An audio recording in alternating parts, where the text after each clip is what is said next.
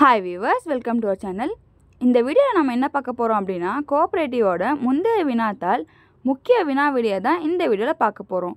So இப்போ நம்ம பார்த்துட்டு இருக்க மெட்டீரியல் வந்து பார்த்தீங்கன்னா யாரெல்லாம் புக் வாங்கியிருக்காங்களோ அவங்களுக்கு நம்ம இதை ஹார்ட் காப்பியாக கொடுத்துருக்கோம்.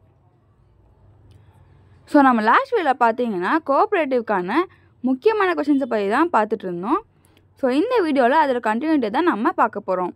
அண்ட் அதுக்கு முன்னாடி நீங்கள் இப்போ தான் நம்ம சேனலை ஃபஸ்ட் டைம் பார்க்குறீங்க அப்படின்னா மறக்காமல் நம்ம சேனலை சப்ஸ்கிரைப் பண்ணிவிட்டு பக்கத்தில் இருக்க அந்த பெல் ஐக்கானையும் ப்ரெஸ் பண்ணிடுங்க.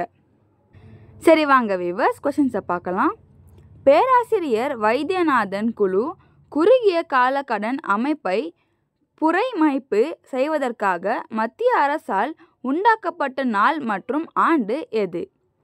ஆகஸ்ட் 5, 2004.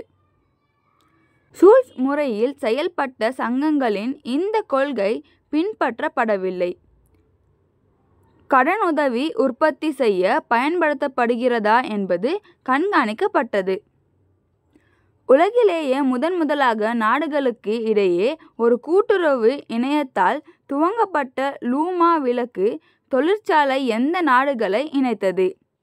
ஸ்வீடன், டென்மார்க் மற்றும் ஃபின்லாந்து, நார்வே. ஜப்பானில் ஒரு கூட்டுறவு சங்கத்தின் சட்டப்படியான குறைந்தபட்ச உறுப்பினர் எண்ணிக்கை யாது? 7.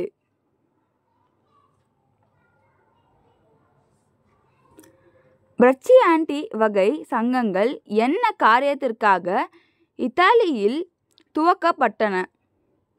இதுக்கான பதில் தொழிலாளர் ஒப்பந்தம்.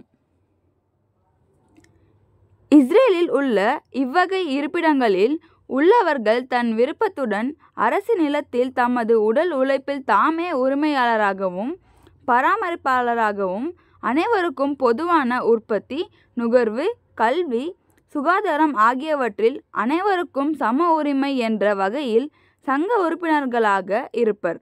இவ்விருப்பிடத்தின் பெயர் யாது? குவெச்சா. தமிழ்நாடு கூட்டுறவு ஒன்றியம் துவக்கப்பட்ட ஆண்டு எது? 1914. இந்தியாவில் முதலாக கூட்டுறவு கடன் சங்கங்களின் சட்டம் என்ற பெயரில் கூட்டுறவு சட்டம் எந்த ஆண்டில் இயற்றப்பட்டது? 1904.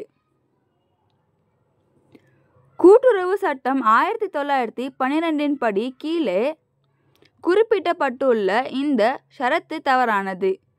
லாபம் முழுவதும் செமநிதிக்கு கொண்டு செல்ல வேண்டும். புதியதாக ஒரு கூட்டுறவு சங்கத்தை பதிவு செய்ய பதிவாளரிடம் விண்ணப்பம் பெறப்பட்ட தேதியிலிருந்து எத்தனை நாட்களுக்குள் சங்கத்தை பதிவு செய்ய வேண்டும்? 120 நாட்கள். 1983 வருடத்திய தமிழ்நாடு கூட்டுறவு சங்கங்களின் சட்டப்படி ஒரு கூட்டுறவு சங்கத்தின் சாதாரண நிர்வாக குழு கூட்டம் எத்தனை கால அளவுக்கு ஒரு முறை கூட்டப்பட வேண்டும்? 3 மாதங்கள். ஒரு கூட்டுறவு சங்கத்தின் கணக்குகளையும் பதிவேடுகளையும் பராமரிக்க கடமைப்பட்டவர் யார்? சங்கத்தின் ஊதியம் பெறும் முதன்மை செயல் அலுவலர் அல்லது அவர் இல்லாத நேரத்தில் சங்க தலைவர். சட்டப்பிரிவு 90 கீழ் தாவாவில் தொடர்புடைய கோப்பு தாவாவில் இறுதி ஆணை வழங்கப்பட்ட தேதியிலிருந்து எத்தனை காலத்திற்கு பாதுகாக்கப்பட வேண்டும்? 15. சீராய்வு பொருள் குறித்த ஆணை தொடர்புறுத்தப்பட்ட தேதியிலிருந்து சட்டப்பிரிவு 153 கீழ் சீராய்வு மனு தாக்கல் செய்ய நிர்ணயிக்கப்பட்டுள்ள காலக்கெடு யாது? 90 நாட்கள். எவ்வயதிற்கு கீழ் உள்ள சிறுவர்களை வேலைக்கு அமர்த்துவது தமிழ்நாடு கடைகள் மற்றும் நிறுவன சட்டத்தின் கீழ் தடை செய்யப்பட்டுள்ளது? 14. சரி, ஓகே வியூவர்ஸ், அவ்வளோதான். இதோட கண்டினியூட்டியை நம்ம நெக்ஸ்ட் வீடியோவில் பார்ப்போம். இந்த வீடியோ உங்களுக்கு பிடிச்சிருந்தா அண்ட் யூஸ்ஃபுல்னு தோணியிருந்தா மறக்காமல் அந்த லைக் பட்டனை கிளிக் பண்ணிடுங்க. அண்ட் அப்படியே கமெண்ட்ஸில் தேங்க்யூ இல்லைன்னா நன்றிங்கிற ஒரு மெசேஜையும் போட்டுருங்க. ஏன்னா நீங்கள் போடுற அந்த ஒரு மெசேஜ் எங்களுக்கு இது போல் இன்னும் நிறைய வீடியோஸ் க்ரியேட் பண்ண ஒரு மோட்டிவேஷனாக இருக்கும். தேங்க்யூ.